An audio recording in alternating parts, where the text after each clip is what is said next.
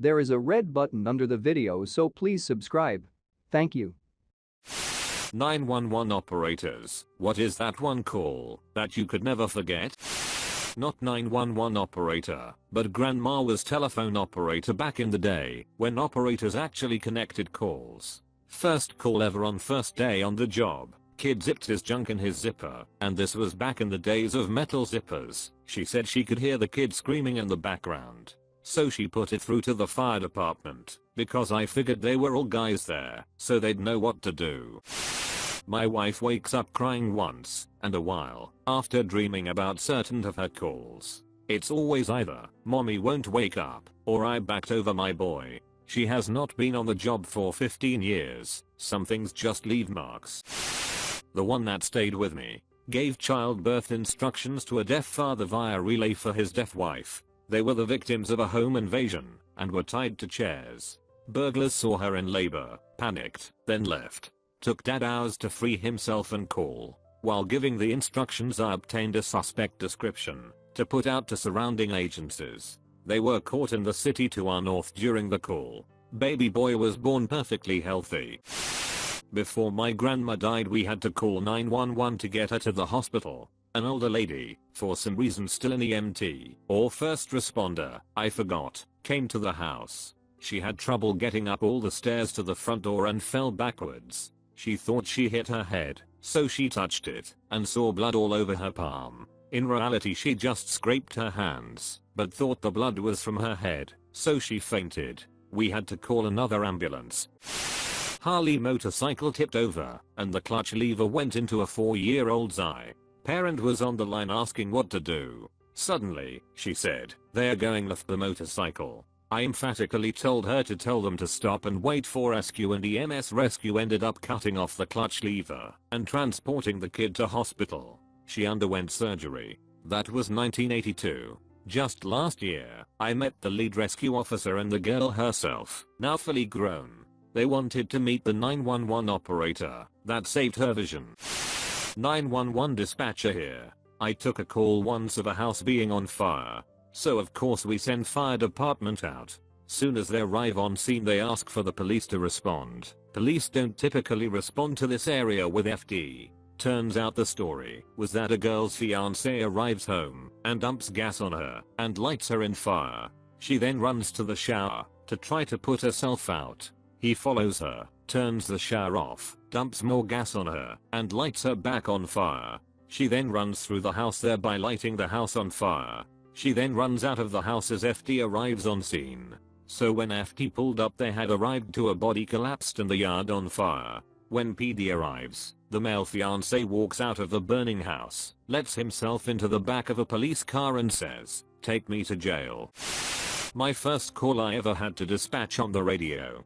2 homeless dudes blowing each other on the bus. I'm sorry, it's not serious or traumatic, but it will always stay with me. I used to work as a relay operator, 711, and often got misdialed 911 calls. We would connect them to 911, but since they connected through us, we had to stay on the line. One time I got an old woman who fell out of bed and couldn't get up. I connected her to 911, and from there they tracked her location. The 911 operator is like, "Ma'am, are you in such and such hospital? Are you calling from the hospital?" "Yes, I fell and no one will help me." Not sure what the 911 operator did, but about 10 minutes later you hear someone come into her room to help her up. Apparently this woman fell out of her hospital bed and no one noticed for over an hour until she dragged herself to the phone and called 911. I was like, note to self, never go to this hospital.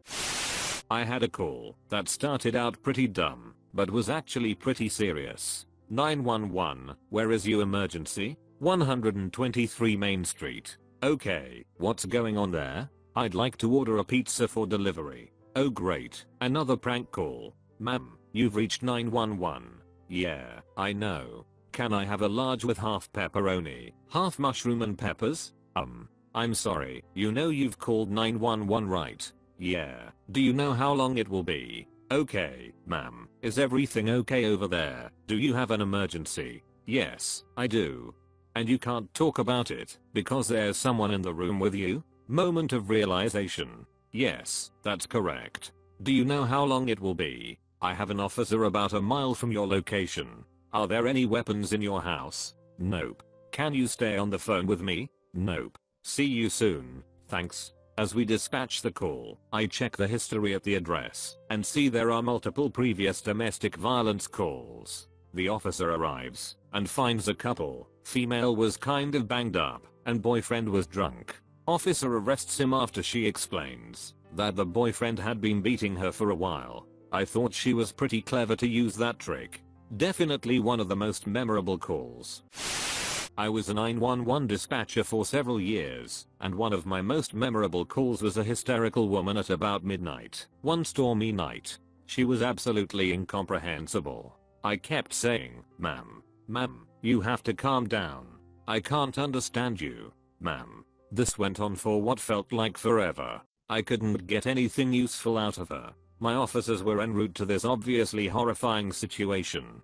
Finally, she said something about being with her sister. "How old is your sister?" 1. Instantly suspicious, I asked, "How old are you?" 5. A 5-year-old boy. So that's how I inadvertently called a little boy ma'am many times. Oops. The storm had woken him up, and his parents were gone. They went out to move their cars, to shelter in case of hail. He was just very scared. My officer still responded and talked to the parents about not leaving sleeping children alone, but everybody was unscathed. It wasn't my most tragic call, but it is one I've never forgotten. Poor little ma'am. I'm a 911 operator. My favorite call I have personally took, that I won't forget, is about a couple at McDonald's. They had just purchased a new vehicle and went out to celebrate the purchase at a local McDonald's. The wife for some reason decided she had better check the spare tire and make sure they had one before they left town, and found a gun instead. I received a call from the wife stating she just accidentally shot her husband. When I was asking about exit wounds, she said it did not penetrate, but burned him real badly. Turns out wife shot the husband with a flare gun when she went to show it to him. They did not finish their Big Macs, and I'm not sure how that marriage ended up.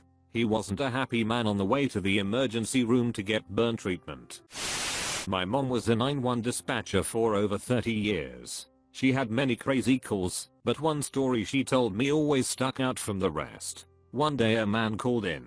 With a calm voice he told my mom he was in the local hotel, and that he had doused himself with gasoline, and was going to kill himself. He called in, so they could evacuate the hotel, because I don't want to hurt anyone else. While my mom is trying to talk him out of it, she is on another line to the hotel letting them know what's going on, and to get everyone out. While emergency services are en route, she has to stay on the line, whenever possible, to keep people calm, reassure them help is on the way, and to try her best to keep track of what's up on the other end.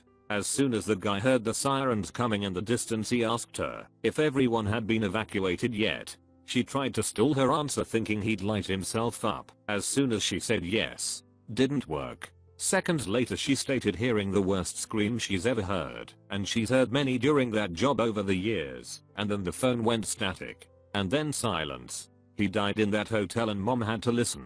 Lousy day. Former sheriff's department dispatcher in charge of non-emergency and 911 calls for a rural southern county. I picked up the job part-time and was in the process of training. My supervisor was sitting next to me listening to my end of the call, but she was not hooked into the line to hear the whole call. Line rings. I answer. It's 911. A young girl, less than 10 years old, is telling me that she, her mother, and her baby sibling are locked in a bedroom. Her uncle is pacing around outside the door holding a knife and threatening to kill them all. She does not know the house number/fire number where they are, and mom has basically checked out of the conversation out of fear. I have a vague idea of where she is, so I send deputies in her direction with the promise that I will get better directions. As is typical in rural areas, everybody owned a scanner and listened like it was their job. My phone starts ringing off the hook. So I'm reassuring this little girl on one handset and holding a second handset up to my other ear, taking directions from concerned members of the public. Directions like, go until you see a broke down truck. Keep going. When you get to the second broke down truck, turn right and continue until you see a large rock. It was also late enough in the evening that everything was dark out. The little girl tells me there might be a back door that is unlocked. Members of the public who know the house just from the general location and number/gender of occupants are calling in confirming that there is a back door that my deputy should enter through and that they will not be seen by the perpetrator if he has retreated to the living room. My guys arrive, sneak in the back, walk right up to the guy sitting in a recliner, disarm him, and arrest him. Family gets emergency protective orders so he, ideally, cannot be a threat to them again. I almost quit after that call because my adrenaline was running, I was shaking, and I'd had to handle it mostly myself because my supervisor couldn't hear what was going on.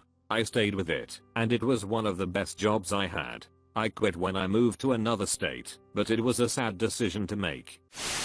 Actual 911 operator here for a major North American city. Throwaway for privacy issues. Also, I can't go into great detail. Worst 2 calls I've ever taken have both been callers who committed suicide while on the phone with me. First was a female who jumped from her apartment balcony while on the phone with me. I heard her scream the whole way down, and I heard her hit the ground. I still have nightmares of just the sound of her screaming and hitting the ground. Second was a male who hung himself while talking to me. He said he didn't want to be by himself when he did it, so he called 911.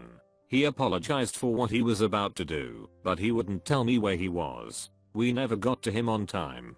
I had to sit there with an open line and him hanging until the police finally located where he was. You know that sound in the movies you hear when someone has hung themselves. You know, the sound of the body hanging from the rope and somewhat swinging back and forth. That creaking sound the rope makes from rubbing against whatever it's tied to? Yeah, I had to listen to that sound for quite some time before he stopped swinging.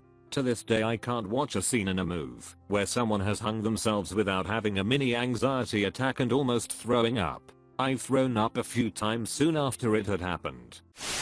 I have a couple, but the one that takes the cake so to speak is this one. So background, I worked in a very busy city, so shooting, raping, robberies etc. were not a novelty, but a norm unfortunately. We were used to it, and I have heard several people die with me on the phone. This lady though. So she calls and says, my husband has a gun to my head and won't leave him alone, you gotta come quick. She's screaming into the phone, then she puts it down. All I can hear at this point is her yelling at her husband, but I love you baby. Then boom.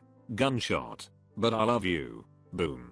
Gunshot, something gobbled. But I love you. Boom. Gunshot. So at this point I'm standing up yelling into my little microphone, stop saying I love you. And everyone in the room with me now turns and looks at me like I had 5 heads. But I was caught up in the call. Turns out the man walked in on the woman and found another guy in the closet. Said guy ran out of the house, but the woman didn't make it out alive.